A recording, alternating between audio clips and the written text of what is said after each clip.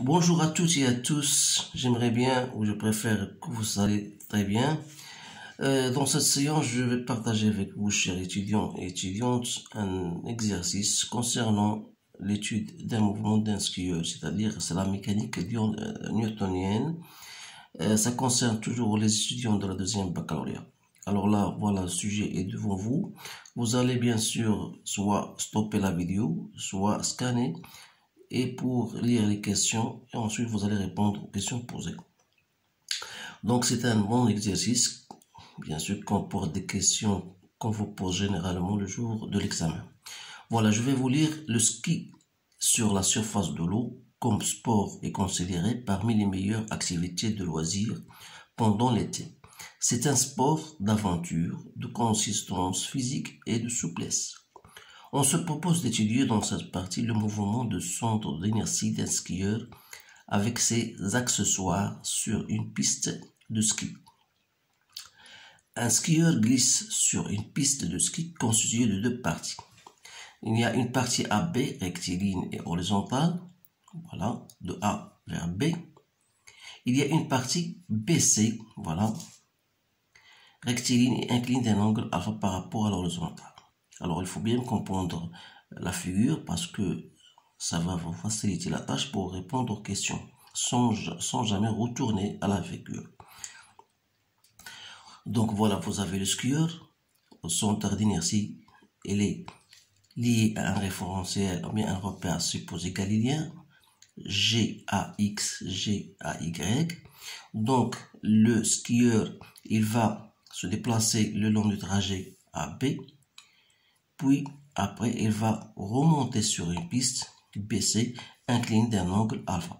Voilà. On vous donne son poids, c'est-à-dire la masse du système égale à 80 kg. On vous donne G et on vous donne l'angle alpha 30 degrés. On néglige la résistance de l'air. Ça, c'est très intéressant.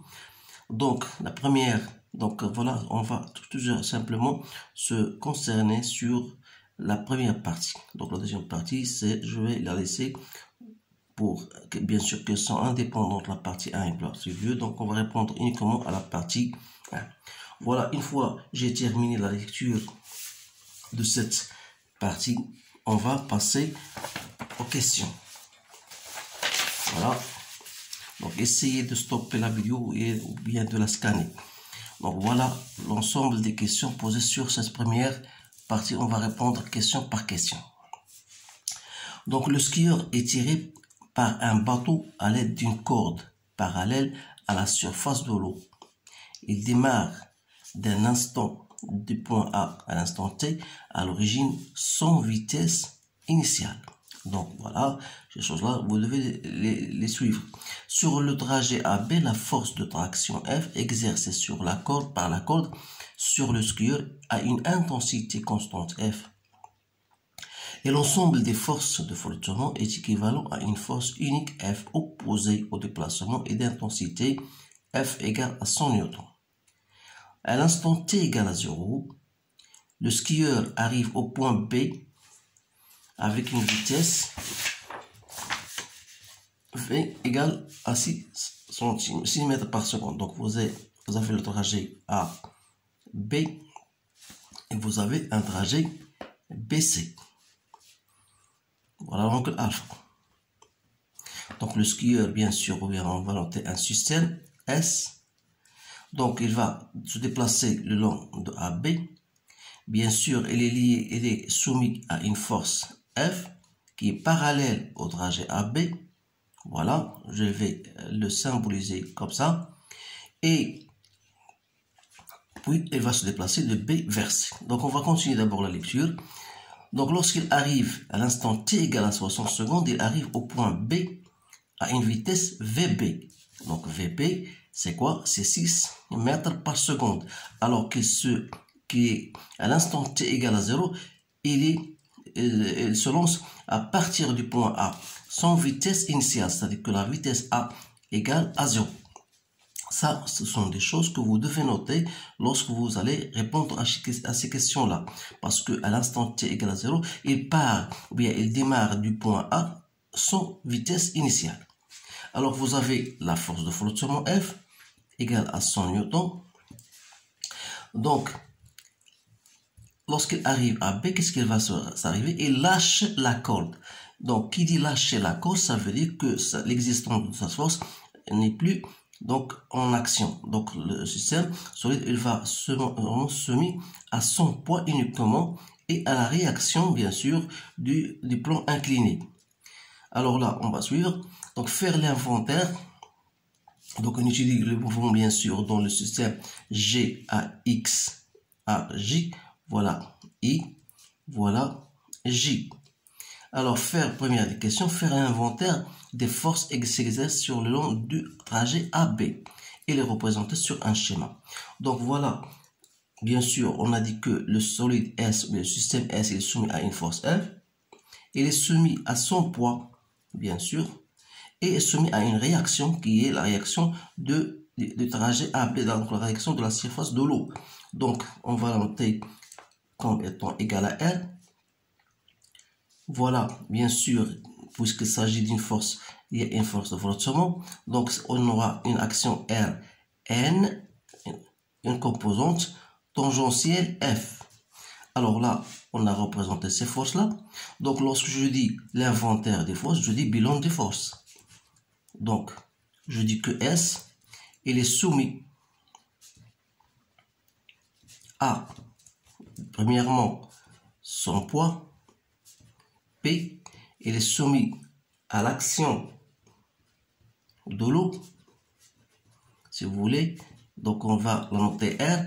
Et lorsque je dis R, je dis Rn plus F. Et donc, il y a la force F exercée, bien sûr, par la corde. Alors là, c'est 3 forces.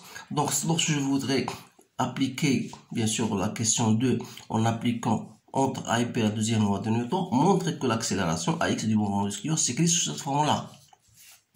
Alors, que dit cette loi? Bien sûr, vous le savez à tous. Donc, vous devez la savoir. La somme des forces exercées sur un système bien solide est égale à MA. A, c'est l'accélération. Donc, en projetant cette relation vectorielle, bien sûr, sur l'un des axes. Donc, si je la transmets sur G, bien sûr, sur AI, si vous voulez. Voilà. Donc, ça va me donner, puisque le poids n'aura plus de composants sur AI, il reste seulement la force F, bien sûr. Et comme F est de sens opposé à I, on aura moins F plus F égale MA selon l'axe des X. D'où je tire AX n'est autre que F moins F sur M. Bien sûr, c'est une relation que vous devez la trouver. Maintenant, je passe à la question 3. Déterminer l'expression de la vitesse du skieur en fonction de F, V, Mt. Alors, d'après notre relation qu'on a trouvée, AX, c'est quoi? Donc, je dis, voilà, AX, c'est la dérivée de la vitesse par rapport au temps, en général. Donc, la vitesse en fonction de temps n'est autre que l'intégrale de AX dt, c'est-à-dire c'est la fonction primitive de cette relation-là. Donc, c'est-à-dire c'est F moins F sur M fois T plus la vitesse initiale. C'est-à-dire la vitesse initiale, on a dit, c'est la vitesse au point A qui est égale à 0. Alors, ça veut dire que la vitesse en fonction du temps n'est autre que F sur M fois T. Donc, voilà l'expression de la vitesse. Quatrième question. Déduire, ce sont des questions enchaînées, déduire l'intensité de la force F. Alors là, qu'est-ce qu'on va faire pour déduire cette force? Vous savez que lorsque le skieur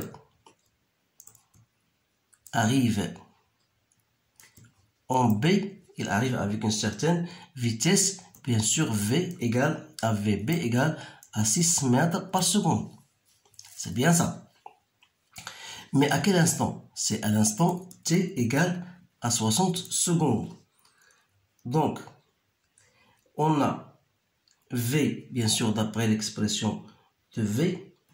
Vous avez F moins F sur M égale à quoi? C'est égal à la vitesse divisée par le temps. C'est-à-dire que je peux trouver dans ce cas-là la valeur de F. Donc la valeur de F, je peux la tirer. Donc de cette relation-là, c'est mv sur T plus F.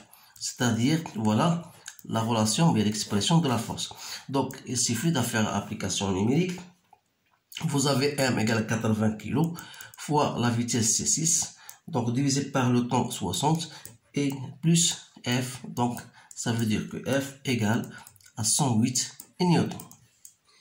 Maintenant, voilà, écrire l'expression, voilà, écrire l'expression numérique de horaire x en fonction du temps du mouvement, puis déduire la valeur de la distance AB.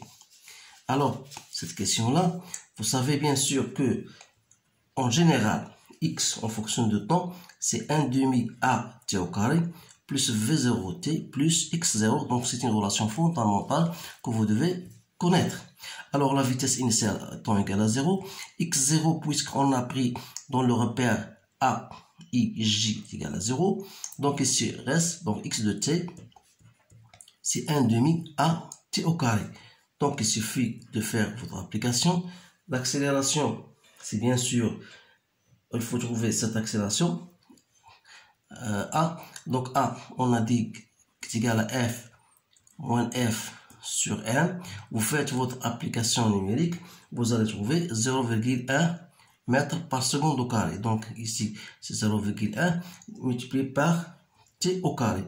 Donc ça veut dire que X en fonction du temps n'est autre que 0,05 T au carré. Voilà l'expression de X en fonction du temps. Maintenant, on va passer B, le mouvement du skieur sur le tremblin BC. Donc, le skieur aborde ensuite un tremblin BC, c'est-à-dire voilà, c'est-à-dire ce plan incliné, bien sûr, d'un angle alpha par rapport à la surface. On suppose que la vitesse ne change pas, c'est-à-dire qu'il va garder la même vitesse lors de son trajet sur BC. Et les frottements ici sont négligeables, donc il faut bien noter ça. On étudie le mouvement du centre d'inertie sur le repère cette fois-ci G, P, I', P'.